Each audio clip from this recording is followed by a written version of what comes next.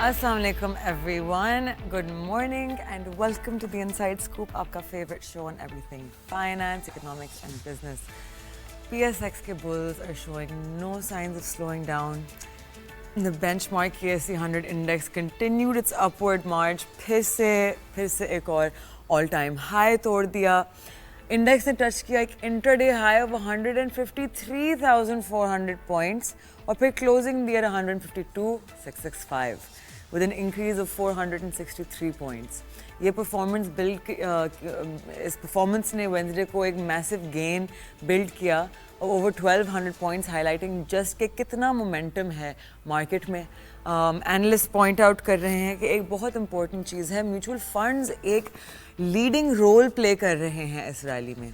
एक एनालिस्ट ने नोट किया कि fresh inflows into equity funds are giving asset managers buying power, pushing valuations higher and higher. Investors are starting to see के economy में gradual recovery का stage शुरू हो गया है और ये ऑप्टिमिज्म फीड कर रहा है directly into the equity markets. I would like to give my team and everyone who is working in the mutual funds और जितने लोग promote कर रहे हैं asset management और stock market को, I would like to genuinely give all of those people the credit for this because recently इतना uptick आया है and how many people want to spread education about the stock market.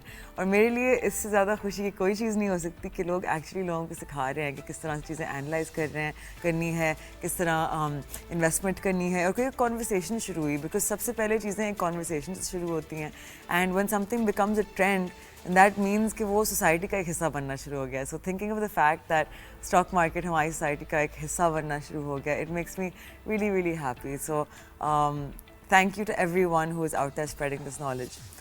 अब हम अपना ध्यान shift करते हैं to the global stage. Investor sentiment Asia में इम्प्रूव हुई after supportive comments US federal reserve official से. उन्होंने हिंट किया रेट कट्स पे इन द मंथ्स अहेड, जो ईज करता है कुछ कंसर्न्स हैं around rising bond yields. Meanwhile currency stability add कर रही है फ्यूल टू पाकिस्तान की जो पॉजिटिव सेंटिमेंट क्रिएट हुई है. रुपी ने अपना 20th कंसेक्यूटिव गेन पोस्ट किया against the US dollar, closing at 281.67. ये मूव छोटी शायद लगेगी, 4 पैसे की है, लेकिन वो स्ट्रीक मैटर करती है एक्चुअली. एक बहुत स्ट्रॉन्ग स्टेबल रुपी रिड्यूस करता है इंपोर्ट के कॉस्ट्स, कॉन्फिडेंस बिल्ड करता है अमंग फॉरेन इन्वेस्टर्स और लोकल बिजनेसेस को ब्रीदिंग रूम देता है. बहुत लंबी विनिंग स्ट्रीक है और इसने मार्केट कॉन्फिडेंस को मज़ीद स्ट्रॉन्ग किया है.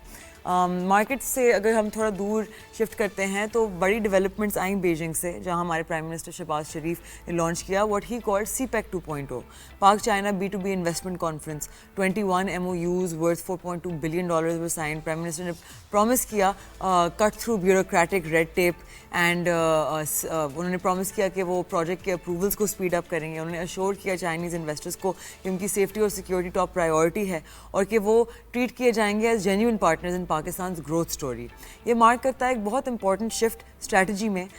जब first phase of CPEC focus था on energy and infrastructure, CPEC 2.0 designed है around business to business investment in agriculture, information technology, artificial intelligence, minerals, industrial relocation. Shahbaz Sharif specifically उन्होंने पॉइंट आउट किया कि agriculture employ 60% of Pakistan population और China की expertise के साथ modernisation yields increase कर सकता है और एक्सपोर्ट्स भी.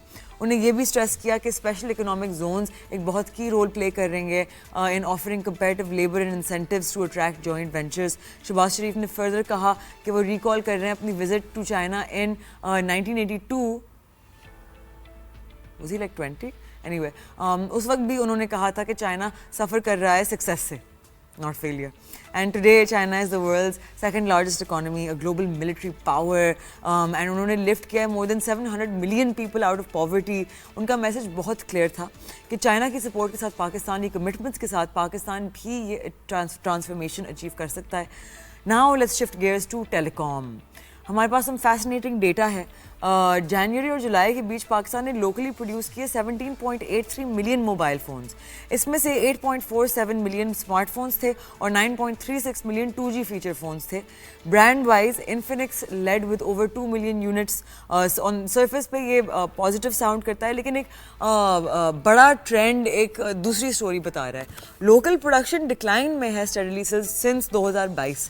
2021 में पाकिस्तान ने 24 मिलियन डिवाइस से ज़्यादा प्रोड्यूस किए थे locally.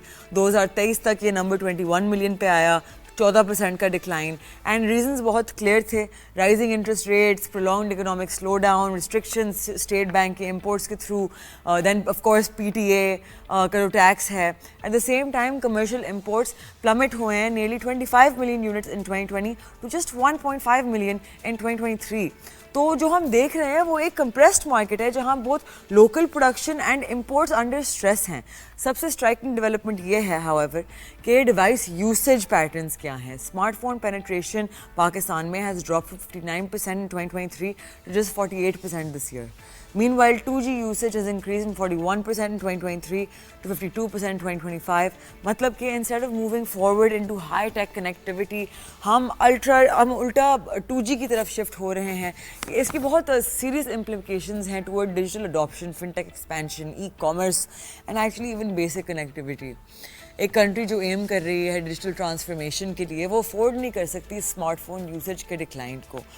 So to wrap it all up, PSX continue कर रहा है to be the shining star, reflecting investor confidence, mutual fund inflows and hopes of economic recovery. The rupee's consistent appreciation has further strengthened the outlook. Policy front पे पाकिस्तान अपने आप को position कर रहा है CPEC 2.0 के साथ as a game changer. Aim कर रहा है to attract Chinese investment in high growth sectors, लेकिन चैलेंजेस रिमेन करते हैं specially in industries like manufacturing जहाँ प्रोडक्शन स्लो है, स्मार्टफोन अडॉप्शन स्लिप कर रही है। यानी कि एक तरफ मार्केट्स और पॉलिसी सिग्नल्स बहुत पॉजिटिव हैं, दूसरी तरफ ग्राउंड रियलिटीज़ कुछ सेक्टर्स में स्ट्रेस भी दिखा रही हैं। द क्वेश्चन इज़ नाउ कि पाकिस्तान क्या ट्रांसलेट करेगा इस ऑप्टिमिज्म को इनटू long-term sustainable growth या नहीं। On that note, we're going to take a very short break. After the break, we'll be back with a very special guest as usual. हमारे साथ मौजूद होंगे a very dear friend of mine and someone who's one of the greatest minds in the capital markets, Mr. Farhan Rizvi. तो कहीं नहीं जाएगा, get comfortable. It's going to be an interesting conversation. आप देख रहे हैं The Inside Scoop. I'm Mashal Khan. We'll be right back.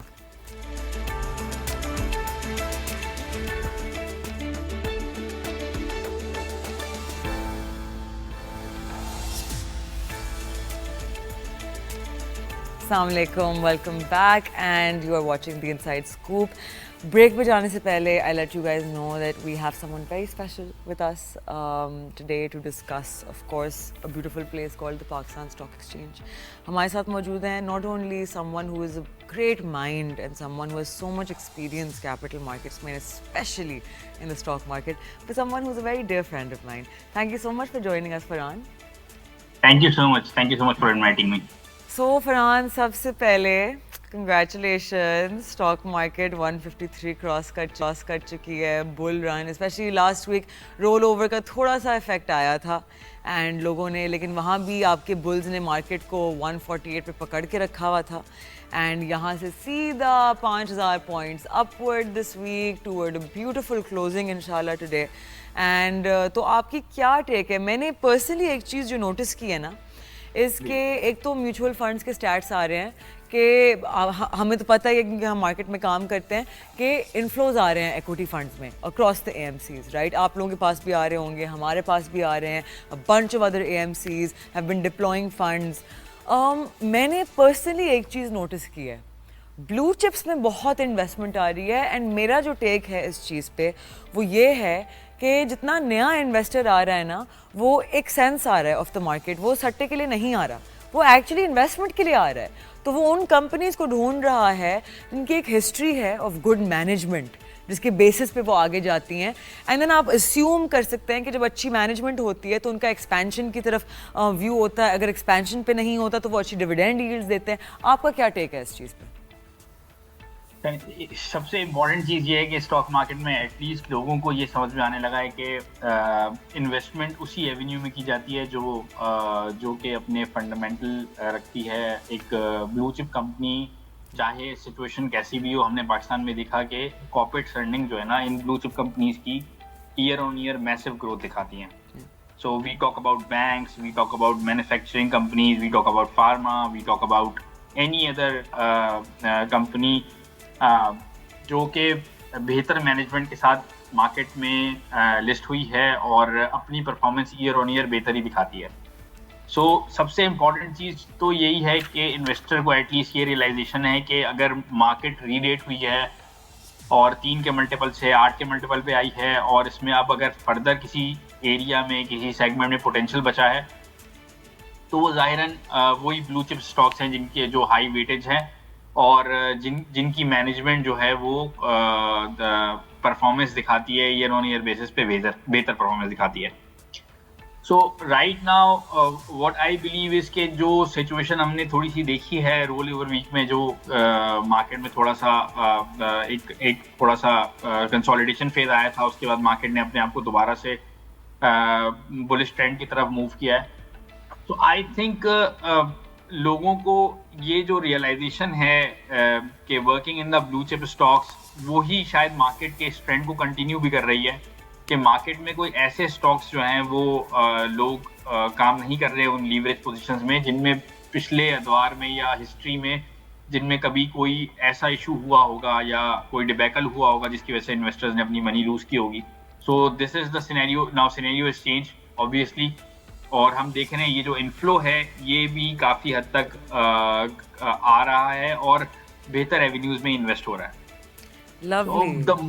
The most concerning चीज for me if we talk today is the flood.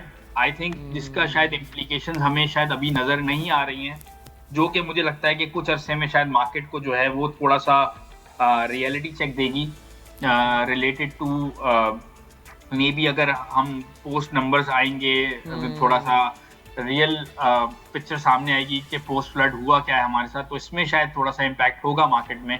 Obviously उसमें हमारी crops damage हो सकती हैं, उसमें हमारी जो है वो फूड प्राइसेस का इशू आ सकता है जिससे इन्फ्लेशनरी इम्पैक्ट भी आएगा ऑब्वियसली. तो जो लोगों की एंटिसिपेशन थी कि शायद एक फर्दर इंटरेस्ट रेट यहाँ से कट हो सकता है, दैट वुड बी नाउ एक क्वेश्चन मार्क है उस पर कि इस पोस्ट फ्लड जो है सिचुएशन जो क्रिएट होती हैं कि उसमें क्या होगा. सवाल जाहिर अभी तो उसमें 15-20 दिन और लगेंगे इस सिचुएशन को थोड़ा और क्लियर होने में कि कितना डैमेज हुआ है, किस हद तक हम चीज़ों को इम्पैक्ट कर सकते हैं. ऑब्वियसली हर सेक्टर इम्पैक्ट करेगा उससे. आपका अगर एग्री साइड पे इंपोर्ट बिल पे प्रेशर आता है वो प्रेशर होगा, आपका दूसरे प्रेशर्स होंगे. So there are things that would impact. I think वो एक कंसर्निंग चीज़ है जो अपकमिंग डेज में आ सकती है. बट अगेन मार्केट की वैल्यूएशंस, मार्केट की कॉर्पोरेट अर्निंग बता रही हैं कि अगर मार्केट में इस तरह की किसी सिचुएशन में कंसोलिडेशन फेज आता भी है तो अपॉर्चुनिटी होगी. Lovely lovely. सो अभी क्या कहते हैं, I was having a conversation with someone and कुछ लोग होते हैं अंडर द इम्प्रेशन कि स्टॉक मार्केट एक ऐसी जगह है. मैं हंस इसलिए रही, जब आप बात सुनेंगे आपको भी हंसी आएगी क्योंकि हमें पता है कितनी मुश्किलात हैं. किसी ने मुझसे कहा कि स्टॉक मार्केट एक ऐसी जगह है जहाँ काला पैसा सफ़ेद होने आता है. तो आप ज़रा एक्सप्लेन करना चाहेंगे why this is not possible even 0.01%. तो इसकी एक सबसे बेस्ट एग्जांपल यहाँ से शुरू करते हैं कि अगर हमारे लोग बहुत सारे बात करते हैं ease of access to the asset class कि हम बाइनेंस में अकाउंट खोलने जाते हैं तो 5 मिनट में अकाउंट खुल जाता है और ट्रेडिंग होना शुरू हो जाती है. So it's not a place where deregulated asset class trade हो रही हैं. ये वो जगह है जहाँ पे आप कंपनी के शेयर होल्डर होते हैं, कंपनी आपकी इंफॉर्मेशन को लेती है, डिविडेंड आते हैं, एक proper AML compliance KYC process है. सो आपके क्लाइंट की KYC भी उस सूरत में ही हो रही होती है, उसकी नेटवर्थ भी उसी इनकम स्ट्रीम से ली जा रही होती है कि जितनी इनकम रिसोर्सेज हैं. तो ये तो वो वाली बात है कि जिन्होंने इस एसेट क्लास की इस रैली को मिस कर दिया है, now they are making a comment कि ये चीज़ जो है वो गैम्बलिंग का प्लेस है या ब्लैक मनी को वाइट करने की जगह. आई थिंक थोड़ा वही अंडरस्टैंडिंग का इशू है जो हमारे मासेस में आज भी देखा जाता है कि people don't understand the asset class. अगर आप स्टॉक मार्केट में इन्वेस्ट कर रहे हैं तो you are not gambling here, you are buying a company stock जिसमें आप शराकतदारी कर रहे होते हैं किसी कंपनी के साथ. सो वो कंपनी अपने शराकतदार की नाम, डिटेल्स, इनकम स्टेटमेंट या सोर्स ऑफ इनकम तमाम चीज़ें रखती है. तो ऑब्वियसली जो लोगों की अंडरस्टैंडिंग का फ्लॉ है वही रीज़न बन रहा है हमारी इस इंडस्ट्री में, इस एसेट क्लास में मासेस को ना आने के लिए भी। तो आई थिंक ये जिनका भी व्यू है उनको थोड़ी सी थॉरो एनालिसिस करनी चाहिए कि मार्केट में जो KYC, AML, स्टेट बैंक की रेगुलेशंस, नेशनल क्लीयरिंग के, CDC के प्रोसेसेस ये हैं इसलिए कि ये तमाम काम ना हो सके। Definitely thank you for that explanation. मैं हमेशा लोगों को यही आई थिंक मैं समझाते पर्सनली तो थक चुकी हूँ, तो अब मैं बोलती हूँ ठीक है, अगर आपको ये लगता है no problem, you don't want to be rich, don't come into the stock market, हमें तो कोई फ़र्क नहीं पड़ा, हमारा काम तो चल रहा है। सो अभी all of us, every single one of us जो भी कैपिटल मार्केट्स में काम करता है, हम एक चीज़ का इंतज़ार कर रहे थे, सर्कुलर डेट की रेजोल्यूशन। 9 महीने हो चुके हैं, मसले पे मसले आई जा रहे हैं। The funds apparently have left the banks and they are suppose to be deployed, लेकिन अब जो नया मसला आ गया है इट इज़ के नेचुरली चाइनीज़ IPPs जिनके कॉन्ट्रैक्ट्स ख़त्म हो रहे हैं, जिनको अभी उनकी पेमेंट्स नहीं मिली हैं, उन्होंने रिटेलिएशन दिखाई है कि नहीं, सर्कुलर डेट कैसे आप लोग रिजॉल्व कर सकते हैं जब तक हमारी पेमेंट्स नहीं हुई, which is completely understandable because उन्होंने फॉरेन डायरेक्ट इन्वेस्टमेंट पैसे बनाने के लिए ही की थी ना। No one does it just for खैरात, वरना you would just go to charity. तो उस पर हमें क्या रेजोल्यूशन नज़र आ रहा है? IPP is going to get a payment, is that going to take payment away from the circular debt resolution with our local companies? उस फ्रंट पे क्या हो रहा है? देखिए, जब फॉरेन इन्वेस्टमेंट आती है, ये this is a policy matter right now. ये अगर हम किसी फॉरेन इन्वेस्टर को बुला रहे हैं पाकिस्तान में कोई पर्टिकुलर प्रोजेक्ट लगाने के लिए, और गवर्नमेंट या रेगुलेटर जो है उसको XYZ रिटर्न की कमिटमेंट कर रहा है और उस कमिटमेंट पे आ रही है बिकॉज कि उसको गवर्नमेंट ने कमिटमेंट किया था। सो नाउ अगर आप इसको दूसरे पर्सपेक्टिव लेते हैं, मुल्क के लिए जो अच्छा है वो what we are seeing, they have done a marvellous job, जो तमाम चीजें हो रही हैं रिफॉर्म्स के लिए बेस्ट है। बट एक परसेप्शन जो हम दे रहे हैं फॉरेन इन्वेस्टर्स को ऑन सो मेनी ग्राउंड्स के यार, कि कोई बंदा अगर आपको इन्वेस्टमेंट करता है, आप उसको कहते हैं सोवरेन गारंटी भी थी, चीजें भी थी, फलाना भी था, और उसके बाद जो है वो ओवरनाइट चीजें चेंज हो जाती हैं। So now that's a policy issue जिसकी वजह से आपका फर्दर FDI आने में लोगों को जो कॉन्फिडेंस है वो शेक हो रहा है। So what I believe is के पहले तमाम स्टेक होल्डर्स को बैठ जाना चाहिए कि यार हमारे तमाम स्टेक होल्डर्स ये हैं, फॉरेन FDI यहाँ से आई थी, इनको बिठाना है, चाइनीज IPP इन्वेस्टर्स थे वो अलग थे, लोकल थे, तो this need to be resolve. तो म्यूचुअली होना चाहिए ताकि फर्दर कभी पाकिस्तान को इसी, अब देखें naturally if you ask all of them to get shut down, what you gonna do in 2029 और 2030 जब आपको रियल पावर शॉर्टेज आ रहा होगा, आपकी पॉपुलेशन तो बढ़ रही होगी ना, आपकी इंडस्ट्रीज तो बढ़ रही होंगी, आपकी डिमांड तो बढ़ रही होगी ना एनर्जी की। If you gonna shut down, what will gonna happen? So naturally हमें कोई एक ऐसा मिडवे निकालना चाहिए जिसकी वजह से 4 साल बाद हम कोई ऐसी डेस्परेट पॉलिसी ना बना रहे हो जिसने पाकिस्तान को पिछले 70 साल से परेशान करके रखा हुआ है। Definitely. So this need to be sorted by long term view कि यार अगले 25 साल मेरी एनर्जी डिमांड ये होगी, ये मुझे इंडस्ट्री के लिए केटर करना होगा, ये पॉपुलेशन के लिए केटर करनी होगी, इस तरह के मसाइल होंगे। So this need to be settled on priority basis के एक थिंक टैंक बैठे जो डिटेल में बात करें। आज मैं तमाम डिसीजंस ले लेता हूँ एडहॉक बेसिस पे, डाउन द रोड 4 साल बाद when I am looking for more energy, मेरी इंडस्ट्रीज एक्सपेंड कर रही होंगी, लोकलाइजेशन हो रही होगी, पाकिस्तान में पॉपुलेशन बढ़ी होगी, एनर्जी डिमांड ज्यादा होगी। Now we go again on the same page कि हमें चाहिए होगा दोबारा से हम एनर्जी प्रोजेक्ट पे बात करें, FDI मंगवाएं, नए IPP लगवाएं, वो व्हाटएवर द प्लान इज, फिर हम कोई एडहॉक बेसिस पे प्लान कर रहे होंगे। तो I think this need to be settled, एक थिंक टैंक बैठे जो अगले 25 साल 20 साल का प्लान करे और फिर चीजों को रिजॉल्व करे। So yes, on the other side जो भी मेजर्स लिए गए हैं इलेक्ट्रिसिटी टैरिफ पे, दूसरी चीजों पे, ट्रस्ट मी ये पाकिस्तान के लिए अगले आने वाले बहुत सालों तक बहुत बेनिफिशियरी रहेगा, बट चीजों को खराब तरीके से कंक्लूड ना करें। क्योंकि आप 4 साल बाद जब आपको दोबारा एनर्जी डिमांड करनी पड़ेगी, जब when you are looking for more energy, बहुत सारी चीजें होंगी, तब आप एक दोबारा कोई नया मैच खड़ा करेंगे, एडहॉक बेसिस पे कोई डिसीजन ले रहे होंगे, उनको नए रिटर्न दे रहे होंगे IRR पे बेसिस पे, डॉलराइज बेसिस पे, वो एक अलग दोबारा प्रॉब्लम क्रिएट करेगी आपके लिए। Definitely, definitely. Well, Farhan, I'm going to request you to stay with us while we take a short break. और आप लोग कहेगा आप देख रहे हैं The Inside Scoop. We are in conversation with Mr. Farhan Rizvi. I am Marshall Khan.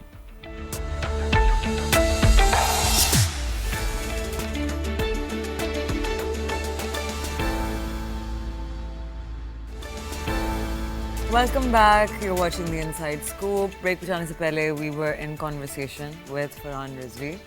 So, Farhan, let's talk a little bit about अभी हमारे जो सेक्टर्स चल चुके हैं. It's autos, banks. आपके basically your large market cap stocks are what's moving, right? So, Pharma's result was not the best out of the bunch. तो is there any sector जो आपको लगता है कि अभी भी undervalued है compared to the rest of the sectors in the market? देखिए, फार्मास्यूटिकल सेक्टर का ये क्वार्टर हमेशा से थोड़ा सा स्लो आता है. So if you see the last quarter, वो थोड़ा दिसंबर के अराउंड वो थोड़ा सा बेहतर आ सकता है. सेकेंडली, ऑटो सेल्स मुझे लगता है कि ऑटो फर्टिलाइजर इनके लिए थोड़ा सा नेगेटिव होगा because of the flood. I think वो थोड़ा सा देखना चाहिए, उसको थोड़ा अवॉइड भी करना चाहिए. बट आई सी इज के यहाँ से एक नेचुरल डिमांड क्रिएट हो सकती है इन द सीमेंट सेक्टर.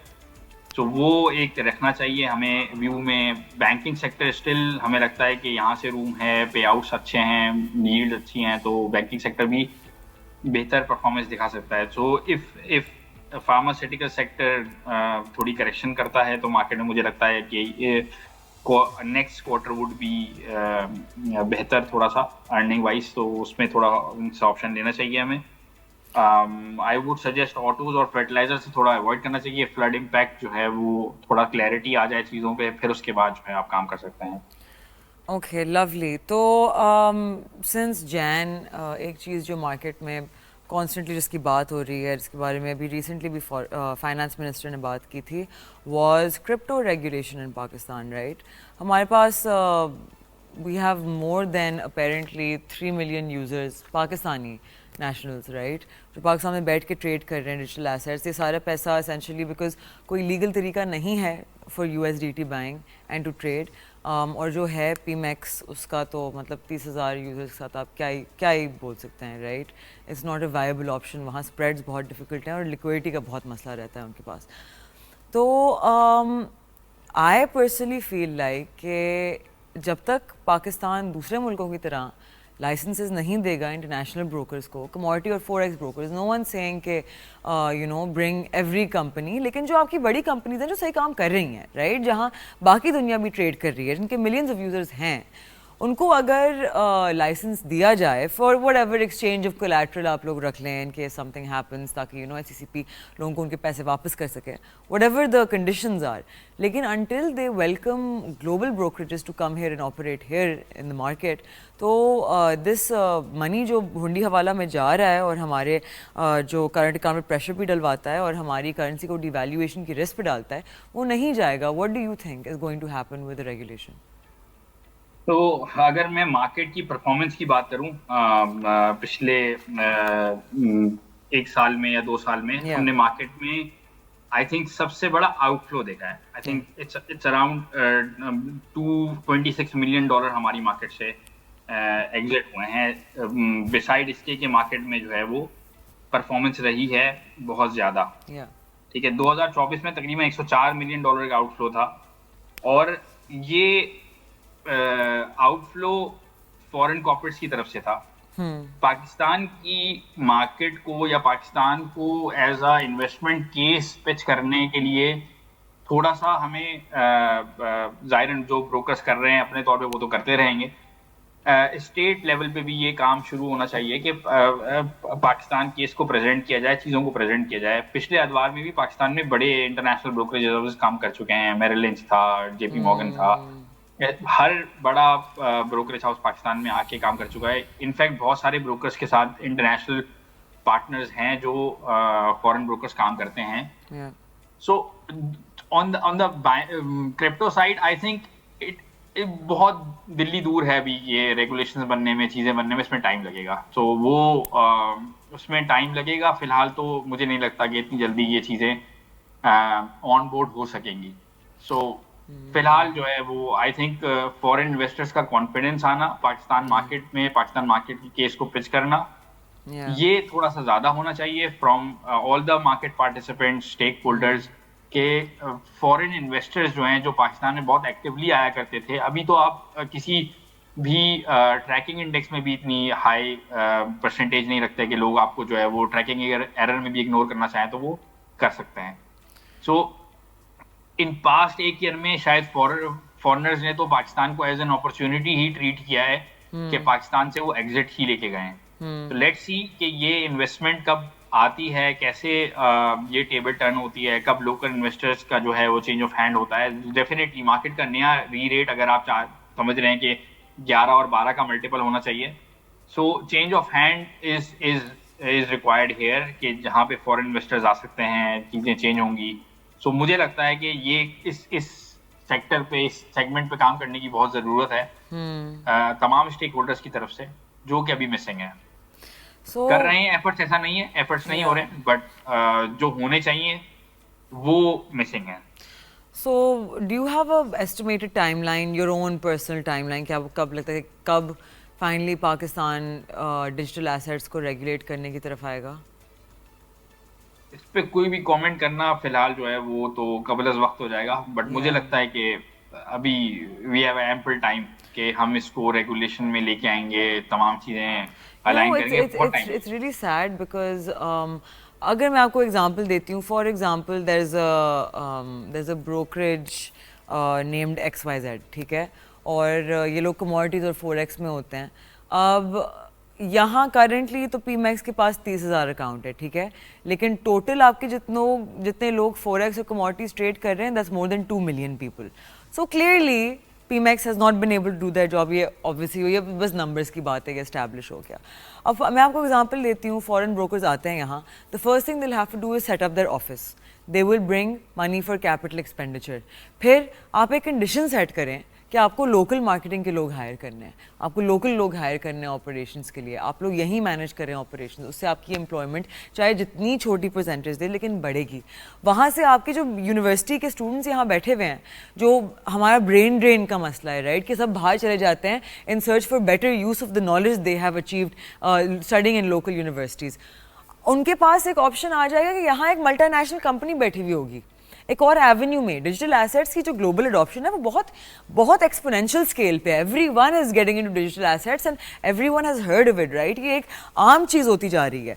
तो they will have an option कि अच्छा we can be here and we can work locally and then eventually venture into wherever in the world. तो आई डोंट अंडरस्टैंड पर्सनली कि इतना pushback और ये इतना जो हम मोनोपोलीज क्रिएट कर लेते हैं हर चीज़ में, इसकी ज़रूरत क्या है? इसमें कोई मुल्क का तो कोई फ़ायदा नहीं है. किसी और का फ़ायदा तो वो तो अलग बात होगी, लेकिन मुल्क का नहीं है. आई थिंक कुछ प्लेटफॉर्म्स के साथ तो ऑलरेडी डिस्कशन चल रहा है कि ये प्लेटफॉर्म्स पाकिस्तान में लॉन्च होंगे. देखिए, इंटरनेशनल ब्रोकर्स ऑलरेडी पाकिस्तान में हैं, बड़े ब्रोकर्स हाउसेस के साथ. वो तमाम की तमाम बिग बल्ज ब्रैकेट फर्म्स जो हैं जितनी भी हैं वो काम करती हैं. So they had some of them had a chaperoning agreement और सम ऑफ देम हैव कोई पार्टनरशिप एग्रीमेंट होता है उनका. मगर डायरेक्टली ज़ाहिरन वो प्रेजेंट नहीं होती पाकिस्तान में. इसमें एक ऑब्वियसली रेगुलेशंस चीज़ें हैं जिसमें टाइम लग रहा है लोगों को, और कंफर्ट जोन आने में टाइम लग रहा है. तो आई थिंक वेट करना चाहिए, थोड़ा सा क्लैरिटी आ जाए और फिर पाकिस्तान के इसको प्रॉपर पिच किया जाए तो फिर काम चीज़ें बन सकती हैं बेहतर. डू यू थिंक कि हमारे पास लोग हैं who are qualified to make digital asset regulation Pakistan में? हमने बहुत सारे लोगों से कंसल्ट कर चुके हैं ऑलरेडी. बहुत सारे लोग जो इस फील्ड के हैं वो ऑलरेडी पाकिस्तान गवर्नमेंट के साथ they are in touch, they are in talk. So I think we are capable enough to regulate this, but it will take time. इतनी जल्दी नहीं होगा. अभी तो हम सही तरीके से नादरा की NIC के साथ आपकी बहुत सारी चीज़ें नहीं कर सके. So if I wanted to open an account on my NIC, तो my IBAN everything should be linked centralized. Agreed. वो हाँ, अभी तो हम अपनी बायोमेट्रिक के लिए एप्लीकेशन दूसरी खोलते हैं. वो हम वो इन ऐप बिल्ड नहीं कर सके आज तक. तो it will take time definitely. इसमें टाइम लग रहा है, चीज़ें बिल्ड हो रही हैं आहिस्ता आहिस्ता. सो जितनी ज़्यादा ये इंडस्ट्री बढ़ती चली जाएगी, हमें ये चीज़ों की रियलाइजेशन ज़्यादा होती जाएगी। आज अगर 3 मिलियन यूआईएन हो जाते हैं पाकिस्तान स्टॉक मार्केट में, I mean, और अगर हम इस तरह से डिजिटल पेमेंट के ऑप्शंस और ज़्यादा बेहतर अब आ गए हैं, अल्हम्दुलिल्लाह रास्ट के ऑप्शंस आ गए हैं, बहुत सारे लोग आउटवर्ड पेमेंट्स भी ऑफर कर रहे हैं, चीज़ें आती जा रही हैं। But definitely. और डिजिटलाइजेशन की तरफ जितने चले जाएंगे उतना ये बाकी चीज़ें भी आसान होती चली जाएंगी। फिलहाल तो हम अपनी बेसिक से ही बहुत शायद पीछे थे। अब कुछ 100%. अरसे में जो है ना वो रेगुलेटर भी काम कर रहा है, सीडीसी, एनसीसीपीएल Definitely. अच्छा काम कर रहे हैं, और आना शुरू हुई हैं चीजें आहिस्ता आहिस्ता। लेट्स सी कि हम दूसरे फेज में कहाँ तक आगे जाते हैं। Yeah. बट फर्स्ट तो हमारा बेसिक स्टेप्स पूरे हो जाए, जो Definitely. डिजिटलाइजेशन की रिक्वायर्ड है, डिजिटल एसेट की Definitely. रिक्वायरमेंट है, कि the moment we treat our NIC number as a social security के वो डालेंगे तो बाकी फिर सारा वहाँ डेटा से ऊपर हम दूसरी चीज़ों की तरफ वेंचर करेंगे 100%. I completely agree. Well, Farhan, thank you so much for being with us. On that note, we will close. It was a pleasure having you. आप हमेशा आके इतनी अच्छी बातें करते हैं, and you always explain it in a layman's terms, which is the best thing. So I will see you guys now on Monday. Till then, take care of yourselves. Khuda Hafiz.